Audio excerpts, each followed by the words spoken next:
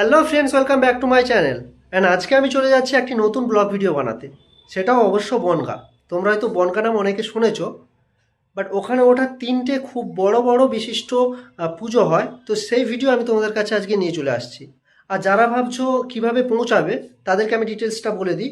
কেউ যদি শিয়ালদা থেকে যাও, বনগাঁ লোকাল যে কোনো ট্রেন ধরে কিন্তু তুমি বনগাঁ স্টেশনে পৌঁছে যেতে পারো। আর ওখান থেকেই কিন্তু হেঁটে তুমি সম্পূর্ণভাবে ওখানে বড় বড় থিম আছে, তুমি সেটা দেখে নিতে পারবে। তো চলো ভিডিওটি বড় না করে তাড়াতাড়ি শুরু করা যাক। তো বন্ধুরা, ইতিমধ্যে আমি কিন্তু চলে এলাম শিয়ালদা স্টেশনে। আর শিয়ালদা স্টেশনে টিকিট কেটে বনগাঁ যে কোনো লোকাল ট্রেনে উঠে পড়লাম।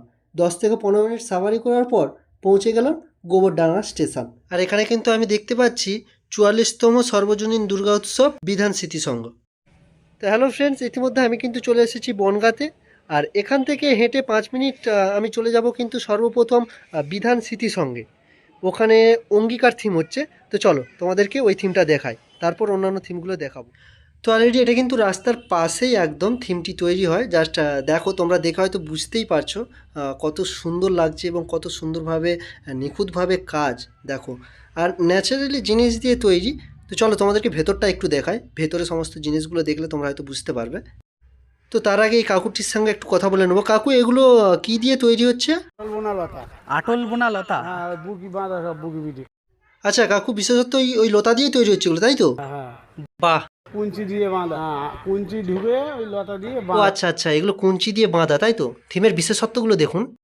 আর এটা দেখে মনে হচ্ছে ঝাড়বাতি, আর ন্যাচারালি ভাবে তৈরি করা হয়েছে। আর এটা আটল বোনা নোতা দিয়ে জাস্ট কুঞ্চি দিয়ে পাঁচ বানানো। তো চলো ভেতরের দিকে আমরা দেখি। অনেক দাদা ভাইরা রয়েছে। তো এখানেই মনে হয় খাওয়া দাওয়া করে। এখানে সবকিছু সিস্টেম অ্যাবিলিটি সবকিছু মনে হয় রয়েছে। এবং এখানে কিন্তু তোমরা দেখতে পাচ্ছ সবকিছু জিনিসগুলো কিন্তু এদের অলরেডি ন্যাচারালি। তো চলো এই দাদা ভাইয়ের সাথে কথা বলি। দাদা ভাই, আপনার বাড়ি কোথায়?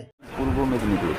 অ্যাকচুয়ালি সত্যি কথা বলতে দাদা ভাই, মেদিনীপুরের কারিগররা অ্যাকচুয়ালি এই সমস্ত ন্যাচারাল জিনিস দিয়ে থিম তৈরি করাটা খুব বেটার পারে।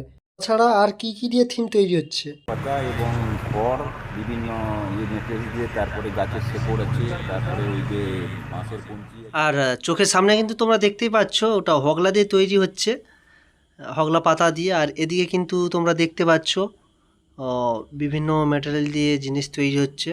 তো ইতিমধ্যে আমরা কিন্তু দেখে নিলাম মেদিনীপুরের শিল্পীরা নিজেদের হাতের বিভিন্ন প্রকৃতির জিনিস দিয়ে কিন্তু নিজেদের কাজটা তৈরি করে তুলে ধরার চেষ্টা করেছে।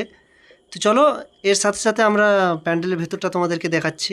সর্বপ্রথম তোমাদেরকে যেটা এই দেখুন, এটা অলরেডি কিন্তু হগলা পাতা দিয়ে তৈরি হচ্ছে। পুরো ম্যাটেরিয়ালটা জাস্ট হগলা পাতা দিয়ে রাউন্ডভাবে কেটে তৈরি করা হয়েছে। অ্যান্ড ভেতরেরটা দেখুন।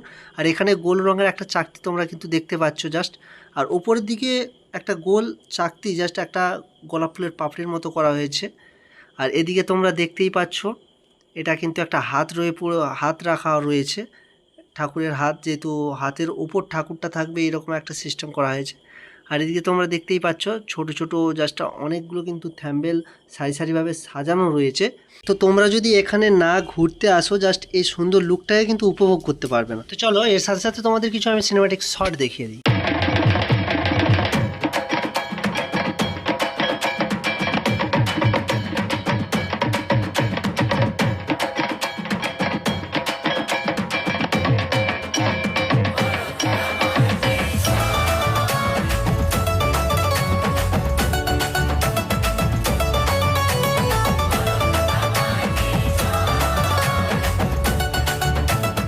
আর এগুলো যে তোমরা দেখতে পাচ্ছ জাস্ট সুপরির খোলা, নারকলের খোলা, এই সমস্ত দিয়ে তৈরি করা হয়েছে।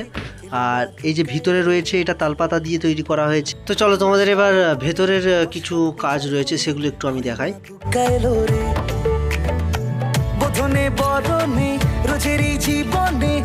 তো ভেতরে অলরেডি দেখতে পাচ্ছ একটা গাছের থ্যাম্বেল।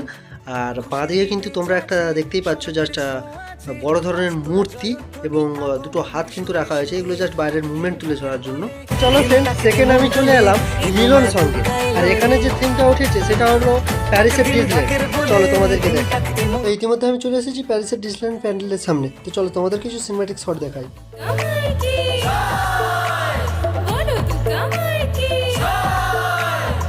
ইতিমধ্যে আমি কিন্তু পৌঁছে গেলাম রাজবাড়ির দুর্গাপুজো মণ্ডপের সামনে।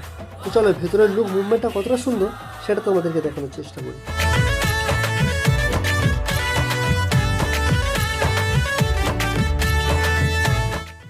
Just wow!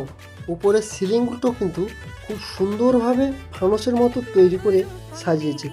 আর সাইডে যেগুলো তোমরা দেখতে পাচ্ছ, জেলে বন্দি অবস্থায় রয়ে থাকা যাযাবরদের মতো কিছু থ্যাম্বেল কিন্তু সাজিয়ে রেখেছে। তো চলো এরপর ভেতরে আমরা দেখে নিই আর কি সুন্দরভাবে সাজিয়ে রেখেছে এই মণ্ডপটি। তো তোমরা অলরেডি দেখতে পাচ্ছ বড় বড় কিছু মায়ের মূর্তির মুখ।